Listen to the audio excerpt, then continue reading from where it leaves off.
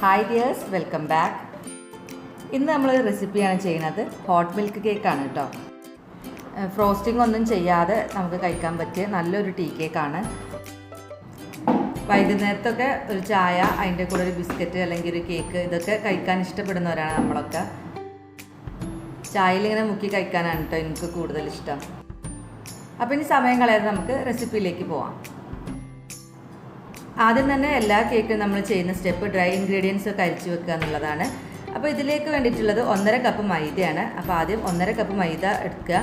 പിന്നെ അതിലേക്ക് കുറച്ച് ഉപ്പ്, ബേക്കിംഗ് പൗഡർ 1.5 ടീസ്പൂണാണ് ചേർക്കുന്നത്. പിന്നെ ഒരു 1/4 ടീസ്പൂൺ ബേക്കിംഗ് സോഡ ചേർക്കുന്നുണ്ട്. പിന്നെ നമ്മൾ സാധാരണ മറ്റ് കേക്കുകളിൽ ചേർക്കാത്ത കുറച്ച് ഇൻഗ്രീഡിയൻസും കൂടി ഇതിൽ ചേർക്കുന്നുണ്ട് കേട്ടോ. അതെന്താ വെച്ചാൽ കോൺഫ്ലോർ ആണ്. 2 ടേബിൾ സ്പൂൺ കോൺഫ്ലോർ ചേർക്കുന്നുണ്ട്. പിന്നെ നമ്മളിതിലേക്ക് ചേർക്കുന്നത് പാൽപ്പൊടിയാണ്. ഒരു 2 ടേബിൾ സ്പൂൺ പാൽപ്പൊടി ചേർക്കുന്നുണ്ട്. അത് ഓപ്ഷനിലാണ് കേട്ടോ, ഇല്ലെങ്കിലും കുഴപ്പമില്ല. പക്ഷേ പാൽപ്പൊടി ചേർത്താൽ ഒരു പ്രത്യേക ടേസ്റ്റാണ് കേട്ടോ. ഇനി നമുക്ക് നന്നായിട്ട് ഒന്ന് അരിച്ചെടുക്കാം.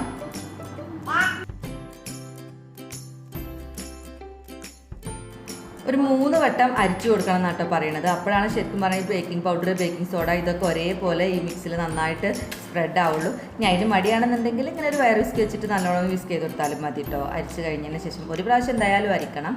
ഇത് അരിച്ച് മാറ്റി വെക്കുക. എന്നിട്ട് നമുക്ക് സ്റ്റൗവിൽ ഒരു 1/4 കപ്പ് പാല് ചൂടാക്കണം.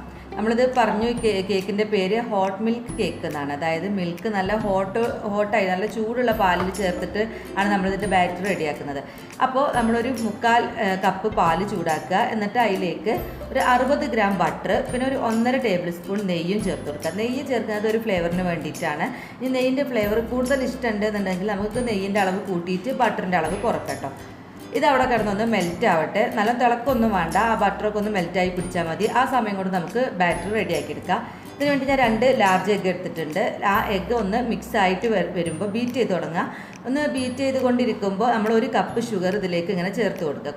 കുറച്ച് ചേർത്ത് കൊടുത്തുകൊണ്ട് ബീറ്റ് ചെയ്തുകൊണ്ടിരിക്കുക. അപ്പോൾ ഇങ്ങനെ നന്നായിട്ട് പതഞ്ഞ് വരും ഷുഗർ ചേർക്കുമ്പോൾ. കുറച്ചായിട്ട് ചേർക്കുക. ഷുഗർ പൗഡർ ഒന്നും അല്ല കേട്ടോ, ഷുഗർ ഗ്രാനുൾസ് തന്നെയാണ് ചേർക്കുന്നത്. ഇപ്പോൾ 1 കപ്പ് ഷുഗർ നമ്മളങ്ങനെ ചേർത്ത് കഴിഞ്ഞപ്പോൾ തന്നെ ഇതിൻ്റെ ബാറ്ററിൻ്റെ കളറൊക്കെ, എഗ്ഗൊക്കെ കളറൊക്കെ മാറി നല്ല വൈറ്റ് കളറായിട്ടുണ്ട്. ഇനി അതിലേക്ക് നമുക്കൊരു 1.5 ടീസ്പൂൺ വാനില എസൻസ് കൂടി ചേർത്ത് കൊടുത്തിട്ട് ഒന്നും കൂടി മിക്സ് ചെയ്തിട്ടെടുക്കാം. ചുരുങ്ങിയത് ഒരു 5 മിനിറ്റെങ്കിലും നമ്മളിത് ബീറ്റ് ചെയ്തിട്ടുണ്ടാവണം കേട്ടോ. അപ്പോഴാണ് ഈ ഒരു കളർ കിട്ടുന്നത്. അപ്പോഴേക്കും നമ്മളെ പാലും തന്നെ നല്ലോണം ഒന്ന് ബട്ടറൊക്കെ ഒന്ന് മെൽറ്റായി, പാലിൽ മെൽറ്റായിട്ടുണ്ടാവും. നല്ല ചൂടും ഉണ്ടാവും കേട്ടോ. ഇനി അത് ആ ചൂടോട് കൂടി തന്നെ നമ്മൾ ഈ എഗ്ഗ് മിക്സിലേക്ക് ചേർത്ത് കൊടുക്കുക. ഒന്നിച്ചങ്ങ് ചേർക്കരുത്, അപ്പോൾ ആ എഗ്ഗൊക്കെ അത് വെന്ത് പോവും. അപ്പോൾ അതുകൊണ്ട് കുറച്ചായിട്ട് ചേർത്ത് കൊടുക്കുക. ഒപ്പം ബീറ്റ് ചെയ്യുകയും ചെയ്യുക. നല്ലോണം ബീറ്റ് ചെയ്തുകൊണ്ട് കുറച്ചായിട്ട് ചേർക്കുമ്പോൾ കുഴപ്പമൊന്നുമില്ലാതെ അതിൽ നന്നായിട്ട് മിക്സ് ആയിട്ട് വരും.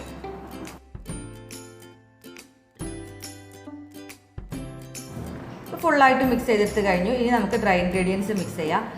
1.5 കപ്പാണല്ലോ മൈദ ഉള്ളത്. അപ്പോൾ ഞാനൊരു 1/2 കപ്പ് വീതം ചേർത്ത് കൊടുക്കുകയാണ്. കുറച്ച് ചേർത്താൽ മതി. ഒരു 3 പോർഷനാക്കിയിട്ട് ചേർത്ത് കൊടുക്കുക, ഒരുമിച്ച് ചേർക്കണ്ട. എന്നിട്ട് നമ്മളിതൊരു വയർ വിസ്ക് വെച്ചിട്ട് നന്നായിട്ട് വിസ്ക് ചെയ്ത് കൊടുക്കുക. അല്ലെങ്കിൽ ഒരു സ്പാച്ചുല വെച്ചിട്ട് ഫോൾഡ് ചെയ്തെടുത്താലും മതി. നമ്മൾ ബീറ്റർ വെച്ച് ബീറ്റ് ചെയ്യണ്ടെന്നുള്ളൂ കേട്ടോ, ഓവർ ബീറ്റ് ആവാതിരിക്കാൻ വേണ്ടിയിട്ടാണ്. എല്ലാ മൈദ അതിലേക്ക് ചേർത്ത് കഴിഞ്ഞ് നന്നായിട്ടൊന്ന് നമ്മളൊന്ന് സ്പാച്ചുല കൊണ്ടൊക്കെ നല്ലോണം ഒന്ന് മിക്സ് ആക്കി എടുത്തതിന് ശേഷം, മൈദ ഫുള്ളായിട്ട് അതിൽ ഫോൾഡ് ചെയ്തെടുത്തതിന് ശേഷം നമുക്ക് ബീറ്റർ വെച്ചിട്ട് 1 മിനിറ്റ് ഒന്ന് ബീറ്റ് ചെയ്തിട്ടെടുക്കുക. അതെല്ലാ കേക്കിനും അങ്ങനെ തന്നെയാണ്. ഓവർ ബീറ്റ് ആയി കഴിഞ്ഞാൽ കേക്ക് ശരിക്കും ബേക്കായി കിട്ടില്ല. അപ്പോൾ പ്രിപ്പറേഷൻ തുടങ്ങുന്നതിന് മുന്നേ തന്നെ കേക്ക് ടിന് റെഡിയാക്കി വെക്കണം കേട്ടോ. നല്ലോണം മൈദയൊക്കെ ഇട്ടിട്ട് ബേക്കിംഗ് പേപ്പറൊക്കെ ഇട്ട് റെഡിയാക്കി വെക്കണം.